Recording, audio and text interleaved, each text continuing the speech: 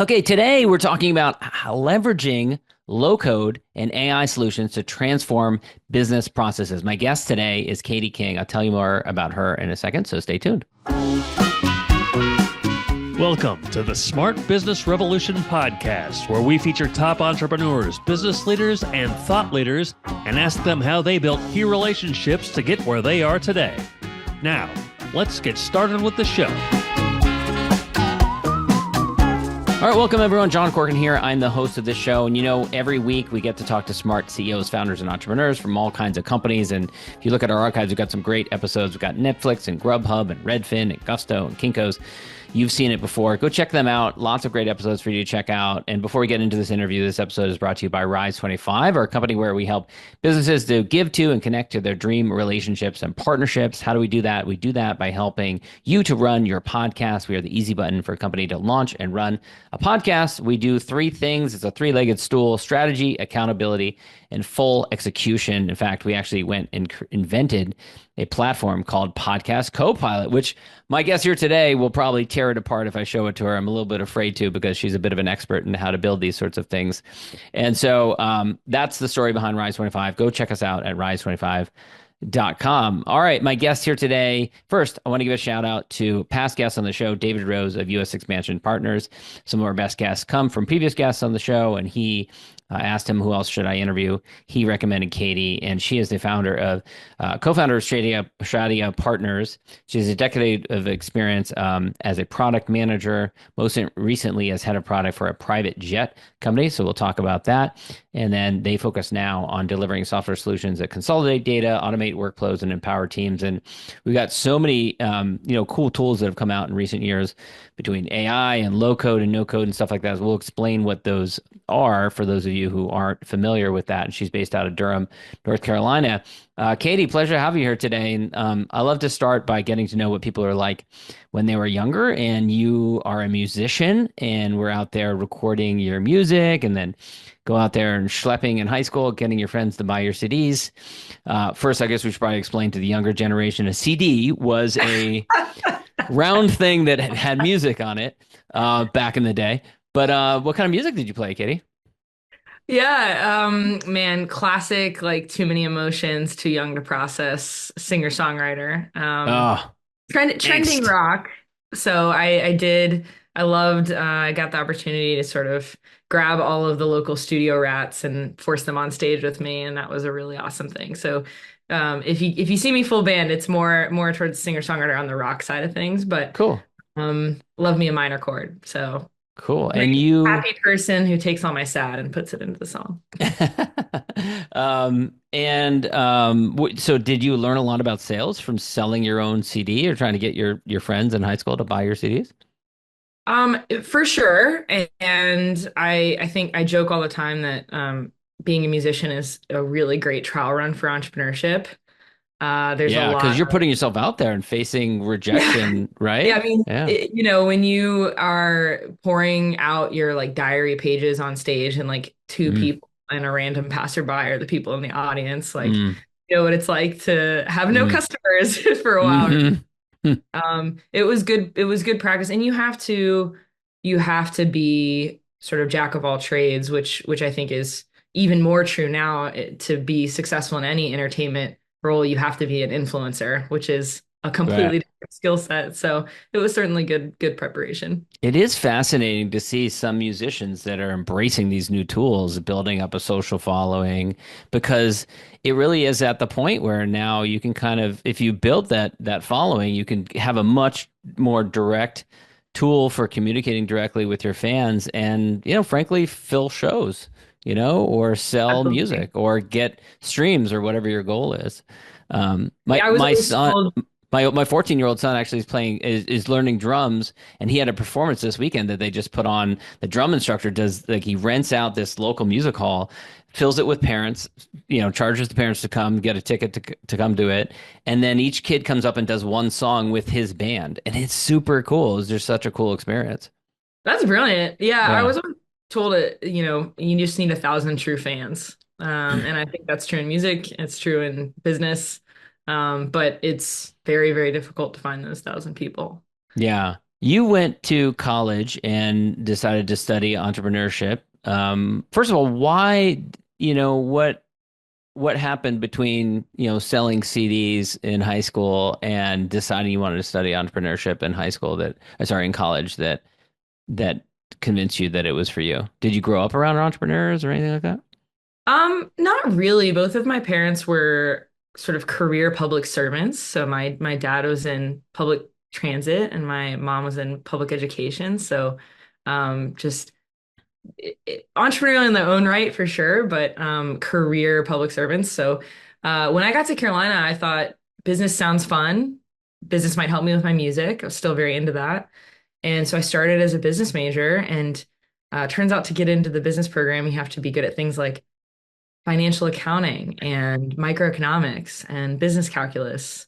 And I am not good at any of those things. You So found by out the the hard way. time, yeah, and did I learn a lot? Sure. It's just not my math is not my forte, which I know sounds counter to someone who's now landed in data science. But yeah, so I got rejected from the business school. You apply at Carolina and you go through all of these interviews, and they were basically like, Catie, your grades in these prereqs are not good. I was like, good point. So I went home. I actually played rugby in Carolina at Carolina as well, and went home to one of my roommates who was a senior in the advertising major in the journalism school, and sobbed and was just so upset. Like, I'm 2 years into my 4 year time Mm. here, and I have to rethink everything. And she was like, "You'll be fine. You'll like the journalism school. Just go there." So applied to that, got in, and then I saw a flyer on a bathroom stall door for the entrepreneurship Where minor. all good things Where originate. exactly. Yeah. And I said, well, that resembles what I was looking for out of the business school. Let me go check that out. And you actually have to apply to that minor as well. And I applied, got in, and I remember, I'll never forget walking into the room. It was about 100-person minor at the time. It's now 450. Mm.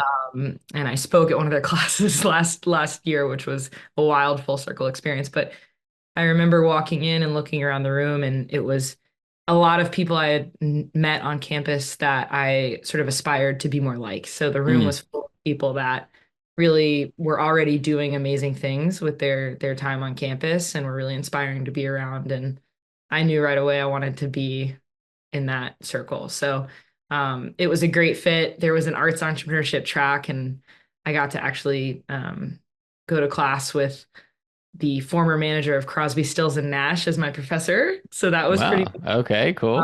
and it really I was just itching with excitement every day. It struck a chord with me. So Yeah. stumbled in face first, but left forever changed for sure.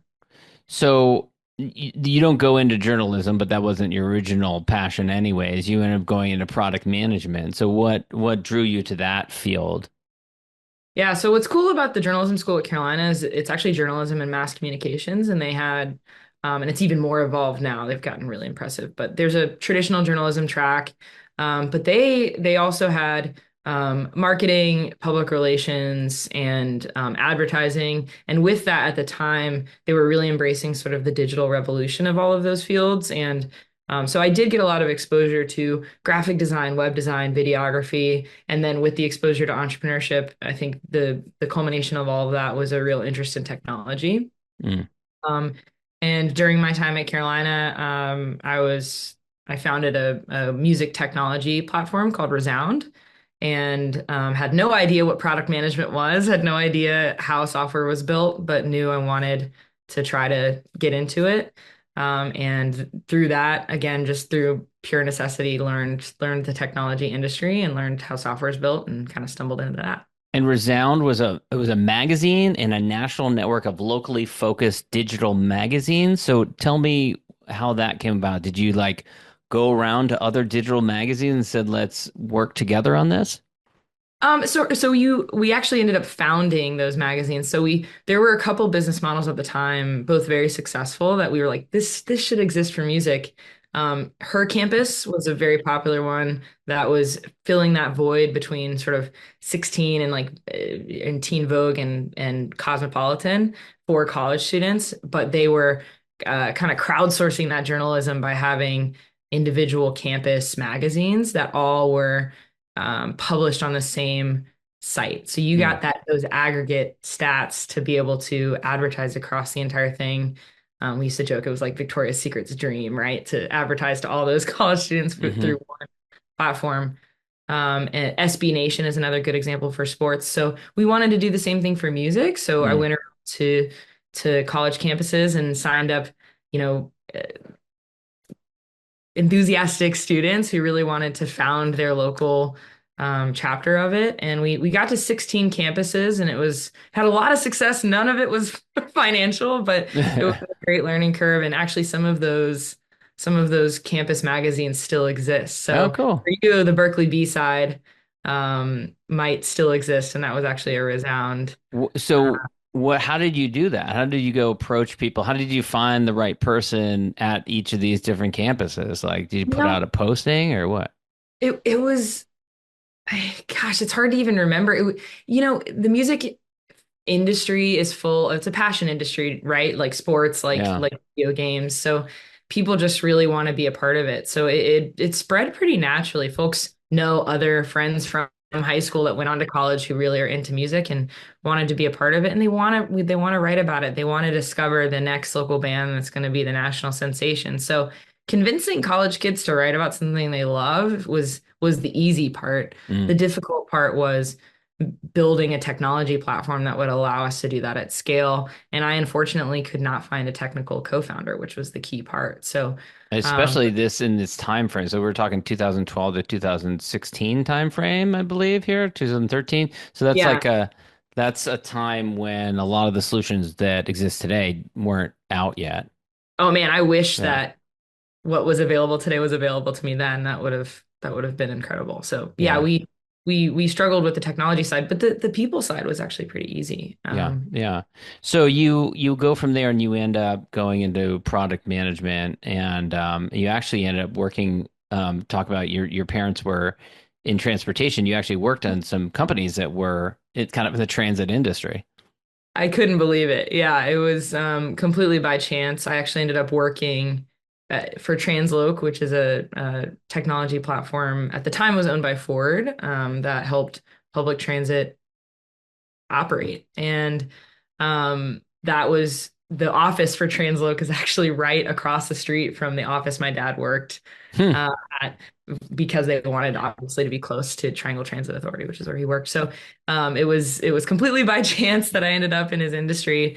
But there's a lot of really interesting problems to solve in any sort of transit or transit adjacent space. And so it really the lure of what we can do to optimize and help more people have access to transit was attractive to me, and it was a fun ride, I'll And say. that led you into working for flyExclusive, a I guess a private jet chartering or private jet platform, right? What was that experience like? Yeah, the jokes write themselves. I went from public transit to um, private planes for Yeah, the you quite an network upgrade for you. individuals. Yeah, my Yeah. team roasted me for that. I think so. flyExclusive is the fifth largest private aviation company in the country. They just went public last year. I was a part of that, Hmm. and I guess 2 years ago now. Gosh, it's 2025.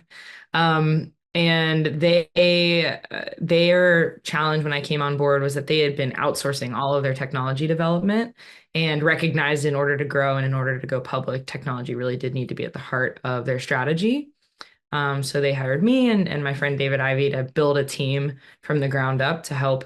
Initially, the mandate was to get a mobile application out to their customers, actually. So their customers wanted to be able to book from their phones.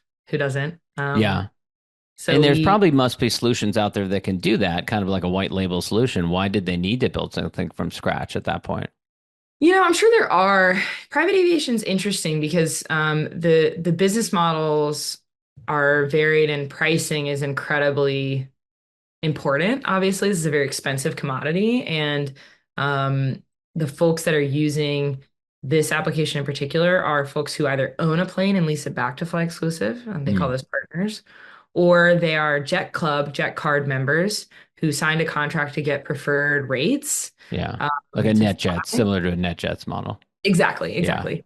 And now they actually fractional ownership is a big NetJets model, and flyExclusive adopted that as well. So you can imagine all three of those types of customers have very specific Yeah. contractual relationships, and booking looks very So in different. other words, there wasn't a one size fits all solution It's that you, deceivingly yeah. complex, Yeah. what the experience needs to be. And one insight early on also is that we were one of the first apps to provide a really high level of financial transparency to customers. They're used to not a lot of visibility into the price of flights and how much money they have left in their account, and why, the breakdown of charges, and that transparency really made customers a big fan of the So that was a application. core value of what you wanted to bake into the product that you built.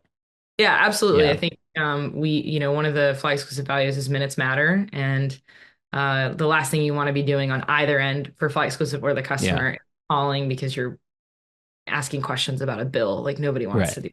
Right. Right. These days, we're used to having this kind of stuff at like our fingertips. If we don't have an app that has the information we can look up in seconds, so it kind of people get annoyed, right? And these are the busiest people in the Yeah. world, Right. right? Right. Um, they want to get in, get out, get on their way. That's why they're paying for these, time Yeah. machines, essentially. Yeah. So you want to make sure that their experience with you in services is the same as their experience with you, for the flight. Yeah. What about on the technical side? So on the technical side, you have this movement towards low code and no code. First, explain to the folks who don't know what that is, what that development is. Sure. So the way I think about low and no code is that it's a movement to make functions or capabilities that were previously relegated to folks who can write code, engineers, programmers. It's a movement to make those capabilities, which are very powerful, available to folks who can't write code or don't want to write as much code. So truly low code would be tools that someone like me, I cannot write code. I'm a product manager. Hmm. I have the best job in the world, which is having ideas and then leaving the smart people to go build them. So I Yeah. get to speak software into being. And it's a low code tools are a power trip for me because instead of waiting on someone else to do something, I can actually just build it myself, which is really cool and super novel. And really powerful. And then there's tools that are kind of in the middle, which I describe as just like a major hack. It's a super shortcut to fully functional and really powerful applications, whereas custom code takes a really long time. It's super expensive. The maintenance burden is enormous. So this is a big, powerful wave of technology that's happened over the last couple decades. And then in the midst of this, about 2 years ago now, ChatGPT comes on the scene, which all of Right. a sudden you can write code, you can, put in prompts and it will create, code for you or it will check code and stuff like that. How did that affect things for you? Oh, I mean, the boom of generative AI has been this awakening, I think, for industry. And for years, I've heard a lot of leaders say things like, I know I should be on top of this, and I just don't really know where to start or what to do.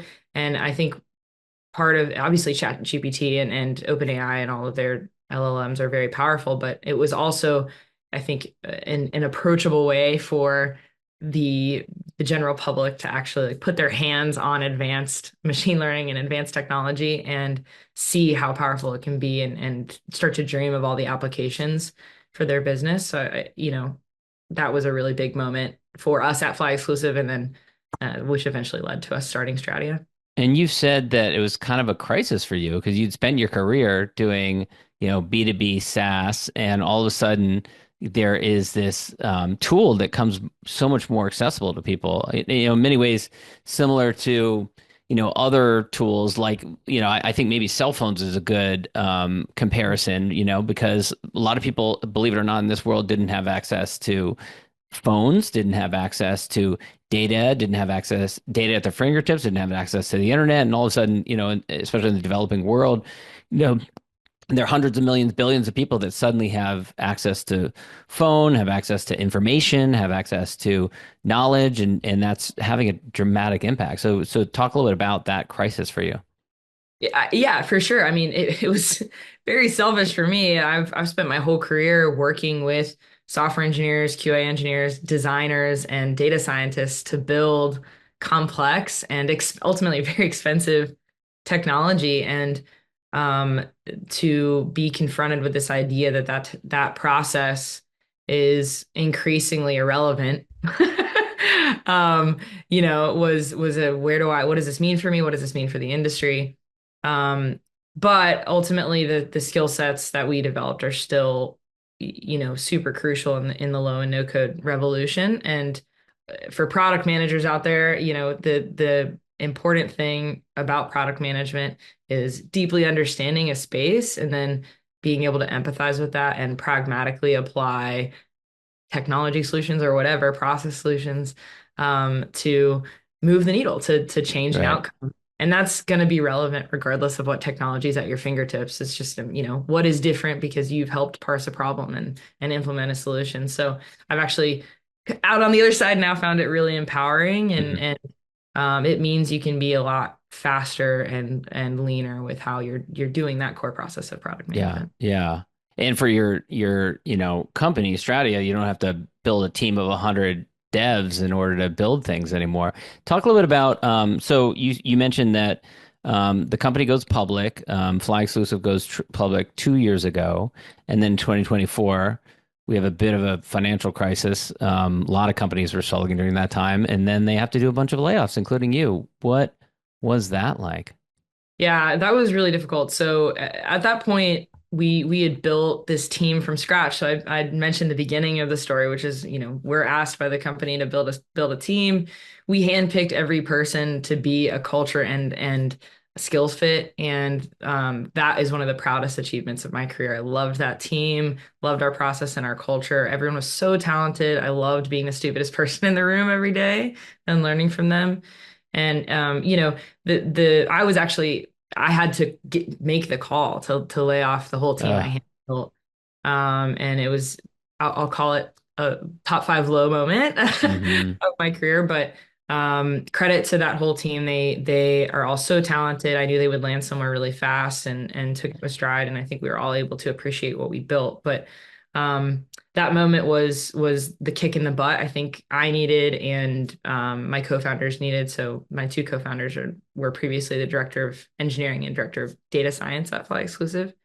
And with everything we learned there, we knew that there was an opportunity for us to take those lessons and help other organizations with a lot of the same problems. Yeah. Yeah. So you kind of have this vision of low codes available to us, no codes available to us. We can develop solutions a lot faster. AI, generative AI is available to us, LLMs. And you decide to go out on your own. What was it like in the early days? Was it hard to find clients? Because then like getting clients could be a struggle, even if you have the capabilities. I was so nervous about that.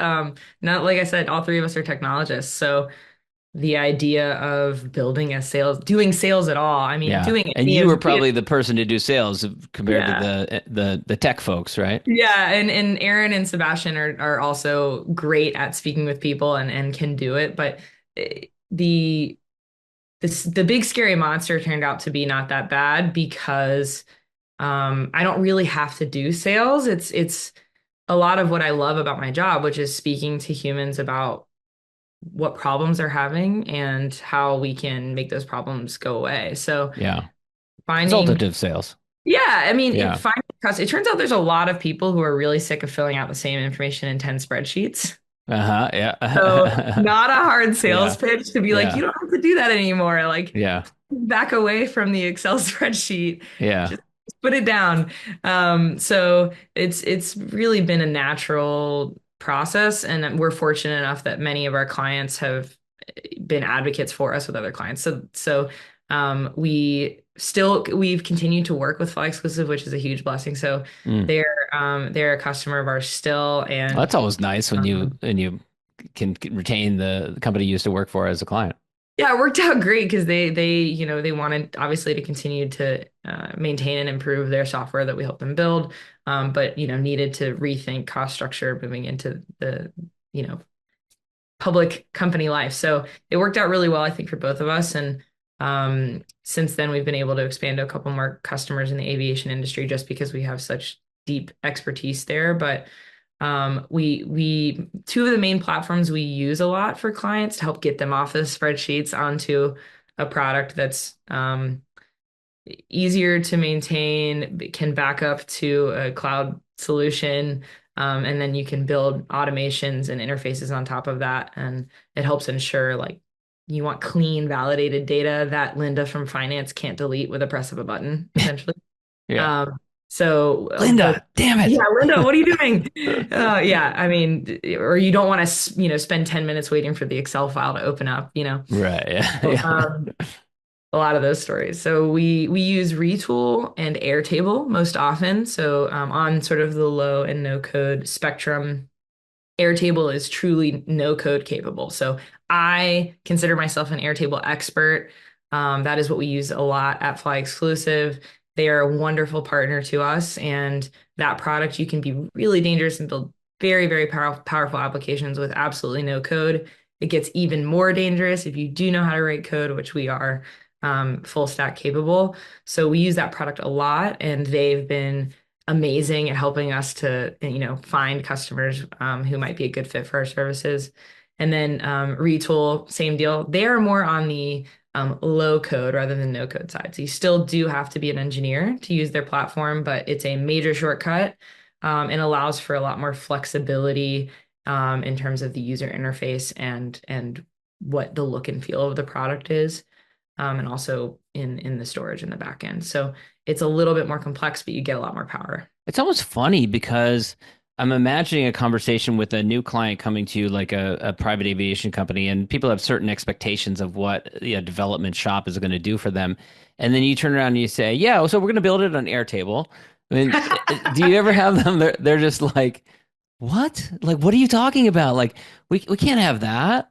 I think what's interesting is the most of the people that come to us, I when we first started the company, I had no idea who would be selling to, right? We didn't have any understanding of who our target persona was. And now you could put them in a lineup. It's been so consistent, and it's almost always a woman in an operations adjacent role who just got fed up with all of like the hit a wall of all the inefficiency Mm, and watching her teams be ineffective, not able to mm, work together, not able to meet outcomes, not able to track how they're doing, telling a poor story to the executive team. So almost all of the folks we meet are, women who have just put it on their back and they've tried on their own. And often they landed in Airtable or in mm. Retool, But they've taken it as far as they and can. they've taken it as far Yeah. as they can. So the conversation of what do you mean you're going to build this Airtable often doesn't happen because Mm, they have on their own tried to put it on their back and climb up the mountain, and they've seen the promised land, if you will, hmm. um, forgive the pun, but they've seen that and they've gone, I need a little help, but I know this is possible. So most often, actually, it's a fun conversation because they're like, I think A is possible, and we get to tell them A is possible, and then B through Z is possible too. There's so much more you can do in this product.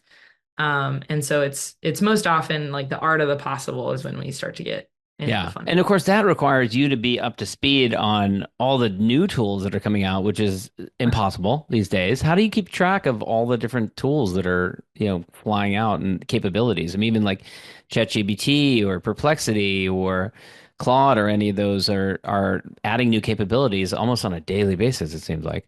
It is overwhelming. I mean, my honest answer is that I don't. I don't think anyone can stay Yeah. on top of it. Um, the good part is I get to sort of stay on top of my slice of it, and then Sebastian and Aaron are always on top of their pieces. So between the three of us, we kind of have zone coverage. But ultimately, I think it's about knowing that if you have a problem, there is probably someone out there who's also had the same problem, and probably some platforms who have attempted to solve it. So just being open-minded. It's not necessarily about the technology. It's about what if you were to wave, I ask my clients this all the time. If you were to wave Wave a a magic magic wand, what wand would you want? Yeah. and describe what would you Yeah. want, right? What is the it just works solution? And then pairing the right product with the people and the process. And they have to bring that part, but pairing the right product with the people and the process, you can do some really amazing things. So, sometimes you just gotta Google it. And it seems like a lot of it is educating the clients on what is possible because they might have come to you with a half a solution just saying like it annoys me that it takes 10 minutes for the Excel table to open, or we have this very convoluted process where, Joe from accounting puts the record into this spreadsheet, then I have to take that information and put it into this spreadsheet and, whatever. And you're explaining, well, actually, this is, here's a flow that would work, that would save a bunch of time. That's what I spend a lot of my time doing. And we talk a lot about sort of the data pyramid, which I've discovered new layers underneath. So I'll redefine the bottom. But customers who aren't necessarily ready for us are the people that may not understand their people and their process. So if you're having like, what would you say you do here, conversations with one another every day, you probably need to figure that out first. But then the next layer up would be what I call like, here's a bunch of data, good luck. So those are the customers who are using, have fallen victim to tool proliferation and are using maybe like 10, 15, 20 different third-party and in-house tools. So you've got, finance has their spreadsheet and they're also using Intact or QuickBooks. And then you've got sales on Salesforce and you've got marketing on HubSpot and Marketo. And, everybody's got their tool. And then inevitably there's the in-between where they're all attempting to share data, probably with poor results. Yeah. And so here's a bunch of data, good luck is bad for several reasons. One, you're wasting everyone's time. Two, you might inevitably end up with bad data. And three, if you do report on that bad data, you're making bad decisions. So a lot of my conversations with clients are, hey, let's do the unsexy work of arriving at one clean, consolidated database, which no one gets excited about. Like nobody's going to be, yes, a clean, consolidated database that we have full of validated data. Nobody's going to throw a parade for that, but that is the key that unlocks all of the cool stuff you can then do with it, which is automation, reporting, modeling, machine learning, things like that, where you can then drive revenue through that clean consolidated data being put to work. So the beginning stages typically are talking about the really boring stuff that then makes the art of the possible the fun part. Yeah. Yeah. Catie, this has been great. I want to wrap up with my last question, which is my gratitude question. I'm a big fan of practicing gratitude. I'm also a fan of giving my guests a little bit of space at the end here to, shout out any peers, contemporaries, mentors who've been meaningful for you. I know we mentioned David up at the top of this episode. Anyone in particular you'd want to shout out and thank? I'll double down on David. He has been a consistent mentor and friend since I met him over a decade ago. And he's always believed that I need to start my own business and stop working for other people, to the point where when I was at Transloc, you mentioned the transit tech company, he sent me bi-weekly text messages. They were owned by Ford, and he was making fun of me for working for the man instead of going and starting my own company. And he sent me texts every other week with an eye roll emoji and then the Built Ford Tough logo, basically saying, what are you doing? Get out of corporate enterprise and go start your own thing. And so she's trying to beat you down into submission until you. It turns out shame works on me. Yeah. But he's always been there for me, and I'm so appreciative of him, and I'm appreciative of him for introducing me to you, John. Yeah. Yeah. All right, Catie, this has been great. StradiaPartners.com is the website. Where can people go to learn more about you, connect with you? Definitely head over to our website, drop me a line, and we would love to talk to you about how we can help you back away from the spreadsheet. Awesome. And build that beautiful database that everyone loves. Clean consolidated data. Yeah, exactly. Throw a parade for it. Awesome. Thanks, Catie. Thank you. Thanks for listening to the Smart Business Revolution podcast. We'll see you again next time, and be sure to click subscribe to get future episodes.